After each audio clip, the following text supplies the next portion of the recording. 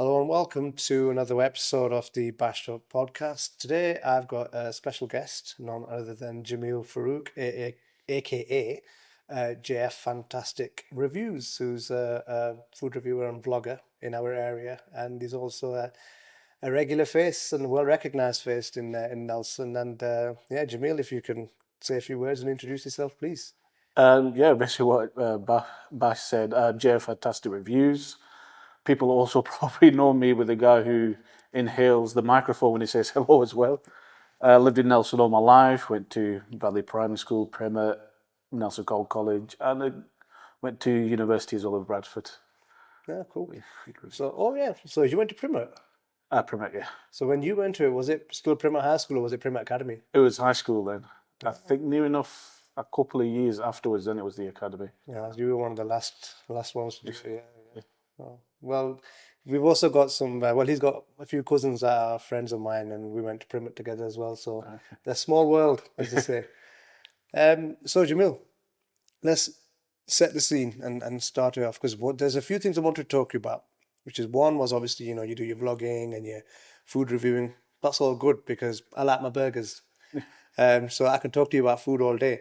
But there was one thing that it came up on one of your social media feeds, and it was to do with something to do with some kind of brain injury or something. Yeah. And I'd love to know more about that because I think you're a good example of someone who's been able to bounce back from something and kind of nurse yourself back to health. And also for the people who may have or may be suffering from something, it may give them a little bit of inspiration. So tell us all about it. Yeah, it was now, I'd say about 8 or 9 years ago when I had it, the brain injury. Well, I actually had an infection in my brain. There were a load of tests, my temperature was high, they couldn't find where the infection was. I had a massive seizure, I had stroke at the same time, cardiac arrest, and sepsis all in one. Oh wow! I was lucky to be alive for that But time. did it just start off like you just felt like you had a cold or a flu and you just in bed for a day or two? No, a couple of years before I've given, rheumatoid arthritis. Oh, Well, they thought it was rheumatoid arthritis. okay. It's actually a different type of arthritis, but I can't remember which one. There are different types. So there was give me stuff about that. I was mainly my hands were hurting, back, everything. I getting infections quite a lot because my immune system weren't the best, and they didn't know where it was coming from. And then within about 2 years, in and out of hospital, and then the infection came, which was ended up in my brain. And then from how long did it take from being ill to them spotting and figuring out actually this is a brain infection? They found that after the seizure, Oh so no they could way. have sorted it out, but it was basically after the seizure and everything else that happened So afterwards. that was 9 years ago. Yeah. And what was the initial? So you've had the seizure, and the order of events: seizure, stroke. It was near enough at the same time. Sepsis, I think afterwards. Yeah. Like what's it called? The infection and stuff.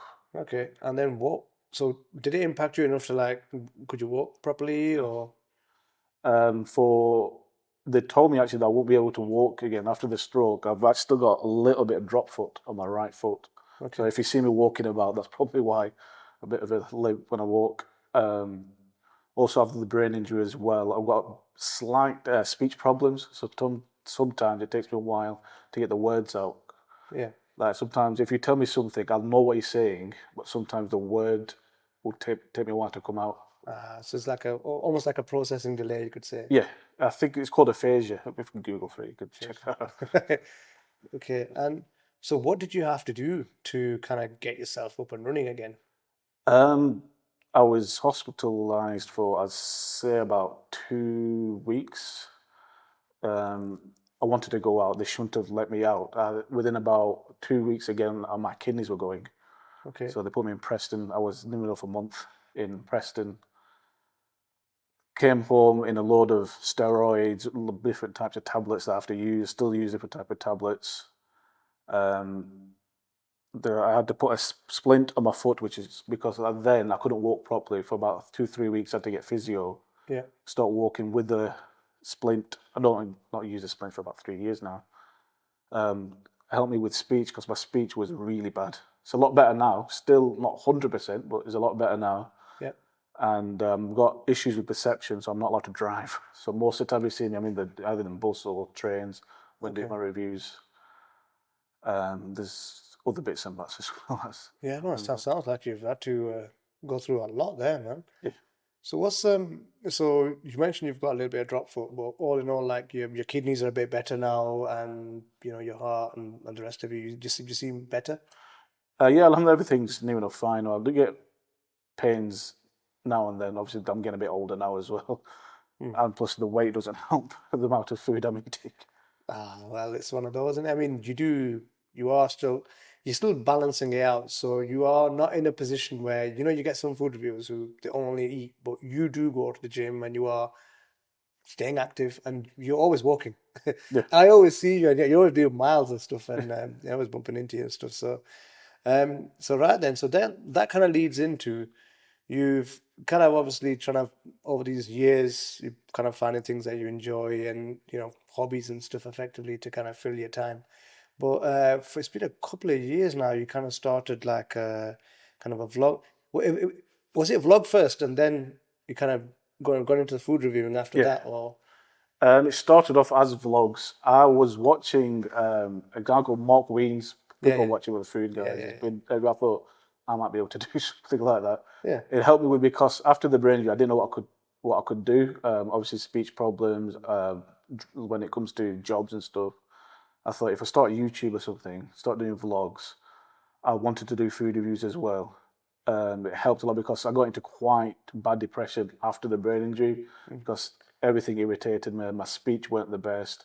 It took me, I say, about 3 weeks to remember my wife's name as well and other cousins. And even after when I started YouTube, I stopped for about a year because my mental health even then went 100%. I went 100%, but I got called a psychologist as well. My mental health weren't the best, and alhamdulillah now it's a lot better now. I just want to give you props because you're one of the few people, especially from the Asian community, that's actually reached out for a psychologist because obviously stats are stats, so I don't have them in front of me, but I personally, anecdotally, can say a lot of people do. They just think, oh, I just feel bad. I'll just go for a walk. Hey, you'll be walking around like a headless chicken for ages, but if you don't reach out to someone with special, you know, a specialism, you won't get help. But was that like a big help effectively for you? It helped quite a lot because it was a proper specialist. He knew. I told about the brain injury, and they put me to a proper person, so he knew like I got that triggers because sometimes there's parts of my brain that's damaged as well. So I do have a bit of brain damage there. Like if there's like really small noises, I can hear it. So that irritates me. So he'd tell me like go for a walk or something, go outside. I've got 3 kids, so it's going to be noisy anyway. So I'll have to walk out for a bit and come back in. But alhamdulillah, he's a lot better now. So he's helped me that way. And when it comes to like depression and stuff, then it's helped quite a lot now. So can you? Sorry, it's going to sound like an odd question, but like if you were to say if I was to give you like a book, science fiction or just a fiction whatever book, would you be able to read for a long time, or is it just difficult? Extremely difficult.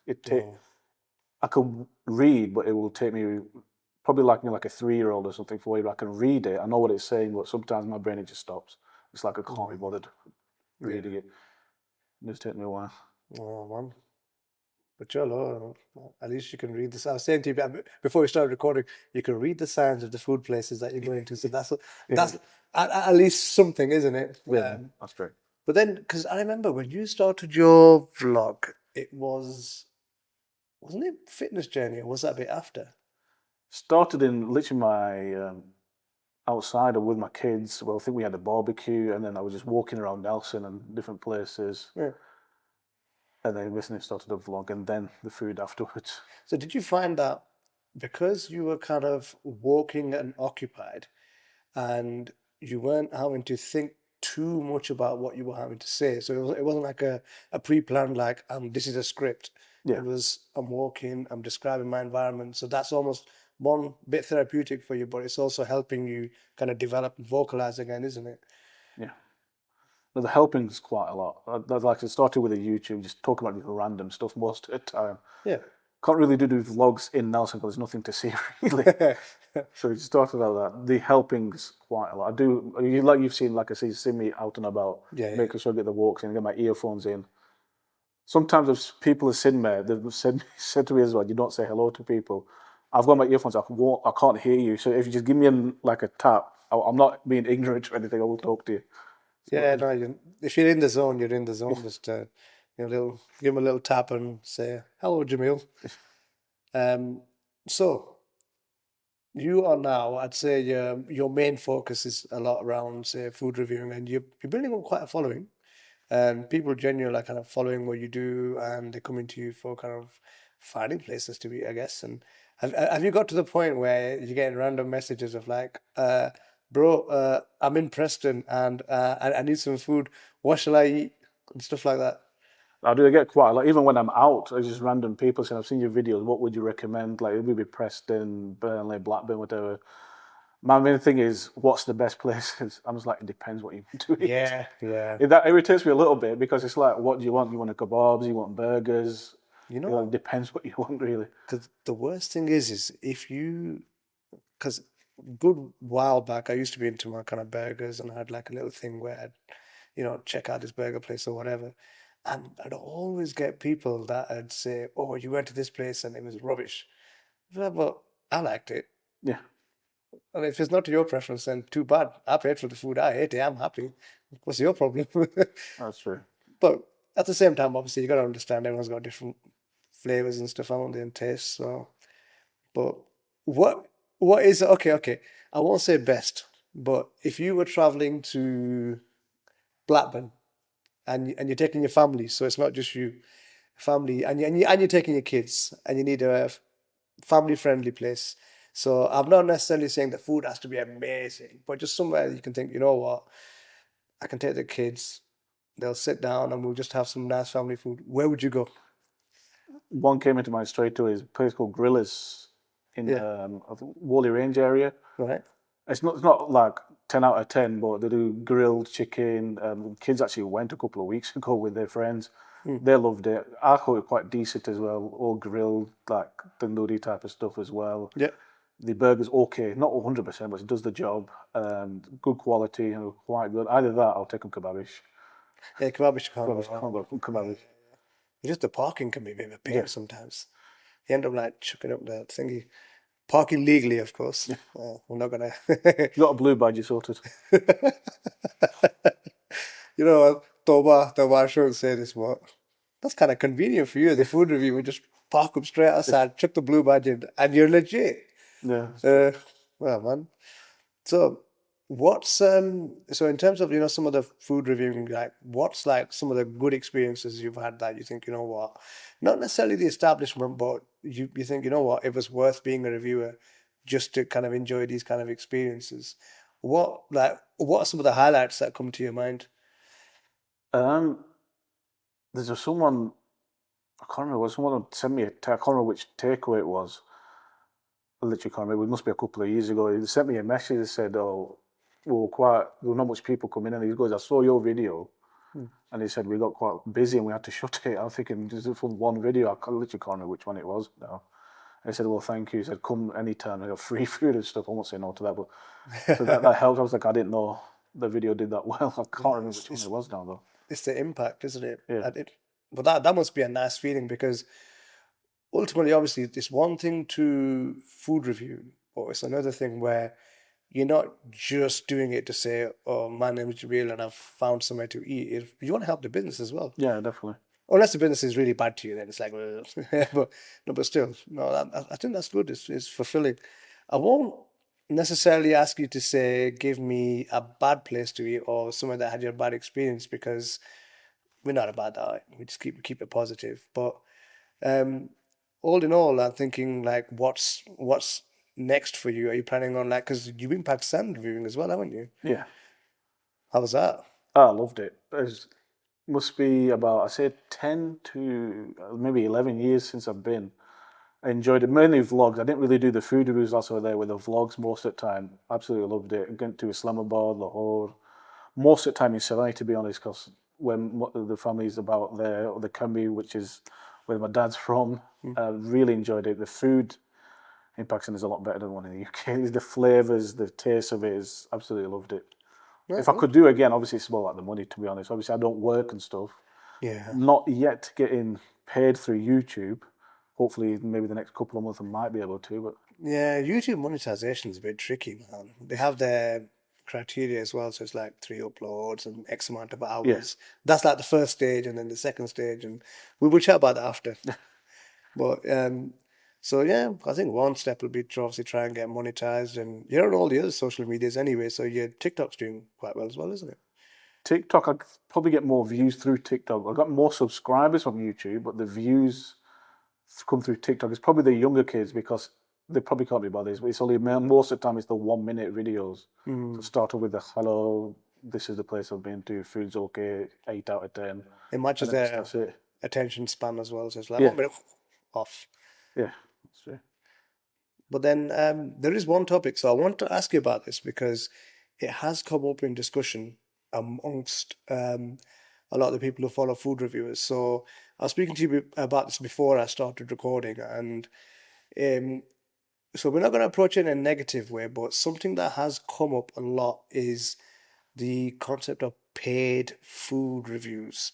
So I'm not naming anyone because normally what happens in the comments is they never name anyone anyway. So they say someone approached me and asked me for £2,500 and I'll review your business. And then a few of the takeaway guys will be like, yeah. Someone approached me saying the same thing. Another guy will be like, oh, some food reviewer asked me for £800, £900 for a review. And I'll put my neck on and I'll say straight up, that stinks because that's not a food review. That you're effectively marketing for someone and you're saying this food's great because I've been paid for it. Yeah. But your audience, as far as they're concerned, it's a food review. So it's a lie.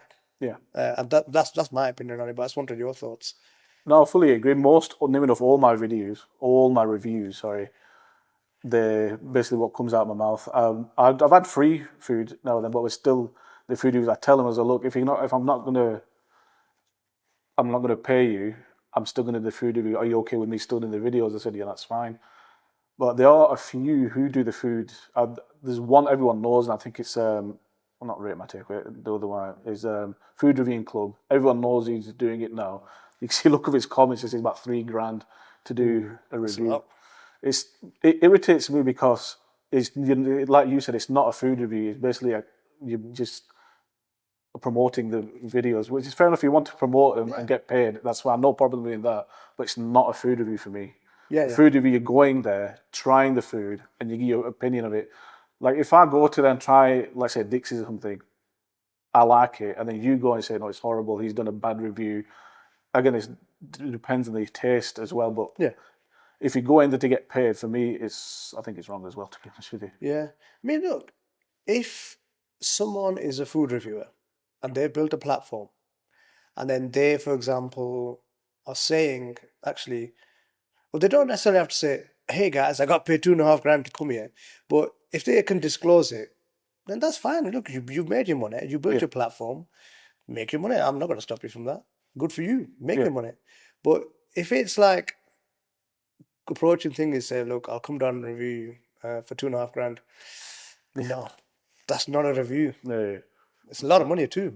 To be honest with you, I think if this video reaches any kind of restaurants or kind of takeaways and stuff like that, I'd tell you straight, keep your $2,500 in your pocket. Maybe hire a videographer or get someone who's savvy with social media and just put that money into there. You get way more return. Yeah. Because the reality is a lot of the time, if it's just a food influencer type, I'm just going to charge you 2.5 bags. It'll just be one hit, a slight increase in your kind of views for maybe that week as people check the place out, and that's it. Done. No, worth $2,500. Yeah, there was a place in Burnley. It was a takeaway. I looked through the reviews on Google. I said, I'm not going to come. I said, I've seen the reviews. I've seen a couple of cousins who've been, and they said they want to recommend it. Sent me a message saying, I'll give you like 100 quid, 200 quid. I said, it's not about the money. 200 quid, fair enough, is decentish money anyway to do a review. But I said, it's the principle of doing it. I don't want to go there and say, oh, this doner is lovely. Please come down. And people have gone there, and it's like hard doner or hard no. And then it looks bad on me for telling people to go and try it. See, that's Obviously, it's about integrity, isn't it? Yeah, And I mean, look, your position is like I don't want to say it in the way it's going to come across as bad, but like you're not working, so you're not exactly in a position where you can be flush with cash. And so if someone comes to you with 2.5 grand, you're still prepared to say no. And again, it's a matter of integrity. yeah, So I think that's a good thing, and it's a good choice to make because ultimately, you're not selling a lie. yeah. That's true. There's quite a lot. I know a few of them who are doing it to get paid. Some of them don't get 2 grand, but they do get about 200-300 quid. But there's a few of us who don't get paid. I know TFT, probably one of the big YouTubers now, really Yeah, nice guy. He massive. doesn't Yeah, get paid. Another guy from Keighley, Foodie Hands, he doesn't get paid. It's the same people. We go there. Sometimes we might get free food, but I will always tell him, look, I'm still going to do an honest review for you. Even if you're not going to pay me, I will pay you, or if I pay you. So there's some of them okay. Some of them maybe tell me to go out. No one's told me to go, apart from one place actually. I'm not going to say which one. Hmm. But it's always honest reviews yeah. I for mean, me look, anyway. I don't want to like drag the topic on, but the only reason I'm mentioning it is because it comes up under every comment section now. Like it's like it comes and then a few people start kind of going at each other on TikTok, and then it dies down, and then it comes again, and Yeah, then another restaurant owner will come up again in a couple of months, and it's like no one's really sat down and kind of addressed it and said, look, if you want to make your money, but be clear about it. Say this is a paid ad yeah, and this is the place. Because really, all you're doing by doing that is you're advertising the location and yeah. the menu. So just do that. That's true. If you take your money and do it, but on principle, like I wouldn't have a problem. Like if you, for example, went somewhere and they offered you £200 and you said, I'm going to do an honest review, I wouldn't have a problem with you because I know that you're prepared to tell the truth. You're prepared to go there and say, actually, whether you give me the money or not, I'm going to tell you if it's crap. And I think that's probably the more important thing.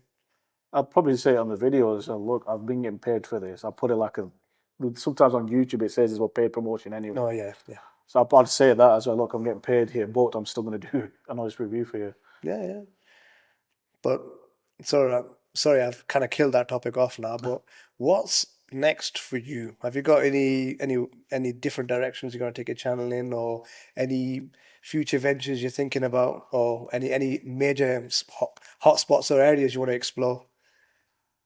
Like I said, I'm not allowed to drive because most of the time it's bus and train. I do want to get to different places. Birmingham would be good to do some food reviews. I'm still going to skip to my food reviews and stuff. I do want to do some vlogs, but again, Nelson is nothing to do really. Vlogs, if I can go out anywhere, maybe some sort of holiday at some point, I would do. I wanted to get TikTok. I wanted to get into another channel, maybe do some sort of comedy stuff. I'm not too sure. I've not really thought about it, but just something different, really. Yeah, because look, you're you're not shying from the camera at the end of the day. You got plenty of experience with it now, so go for it, mate. I think I'm quite a shy guy anyway, really. Hmm. When people say, they say, oh, he's on camera, most of the time I'm by myself.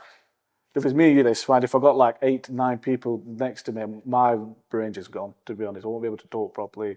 That might be due to the brain injury as well. But when You I'm on camera, it's different. I can talk. If you see me on town and stuff, I might be a bit shy, I might be a bit quiet. And sometimes it takes me a while to process stuff as well. you would be surprised, but my experience when I've met people who have like a similar kind of thing, like I won't name any names, but I've met a few different people who they've got social media following, they're quite popular on social media, and when because there's a few of them like I hadn't seen him before. So there's only I think what met one guy at like a wrestling competition. Oh, Assalamu alaikum, brother, doing you all right? And this guy's quite popular, and he was really reserved and kind of quiet. But when he's in front of the camera, he comes alive. Yeah, So you'd be surprised. Like a lot of people aren't quiet. They've got a bit in common with you there. So just in case you're thinking it's a brain injury, I don't think it is. Trust me. It's some people can be a bit reserved with people, but yeah. So the only other thing I was going to say then, just to kind of round off the conversation, is just have you got anything that you want to say to one, your followers, and two, to the people of Nelson? Um, any kind of positive message you want to send them because your supporter has basically been really really ill effectively. I'm talking like I don't want to say it this way, but almost on death's door, effectively, and you've managed to bounce back. You're up and running. Well, don't know about running, but you're walking, walking, and it's a story of hope. And you managed to build something for yourself. You got a nice little social media thing going as well, and a following, and is there anything you want to say? Basically, if you think of anything that you can do it, even if you think people not going to like it. There's got a few of some family members, I'm not going to say which ones, they didn't want me to do it. So they go, why is he on social media? Why is he doing these food reviews? It looks a bit funny and stuff. Just do it anyway. Don't think about what they're thinking. Alhamdulillah, now, obviously I've got about 2,000 followers on YouTube or on TikTok as well as doing. It's growing.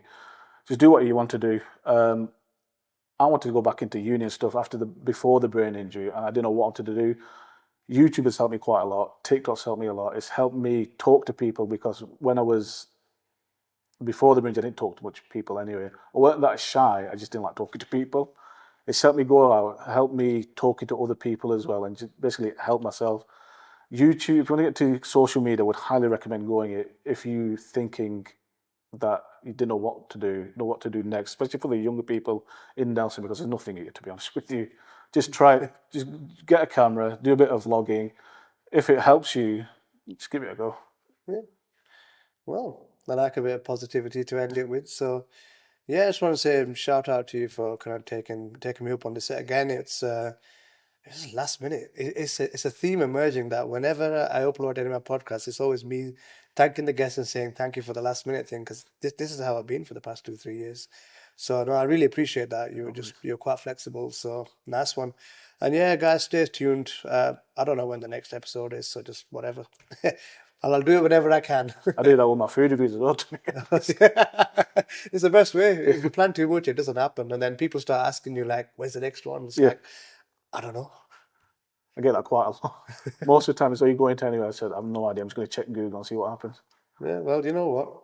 That's the best way to do it. Yeah. But on that note, over and out.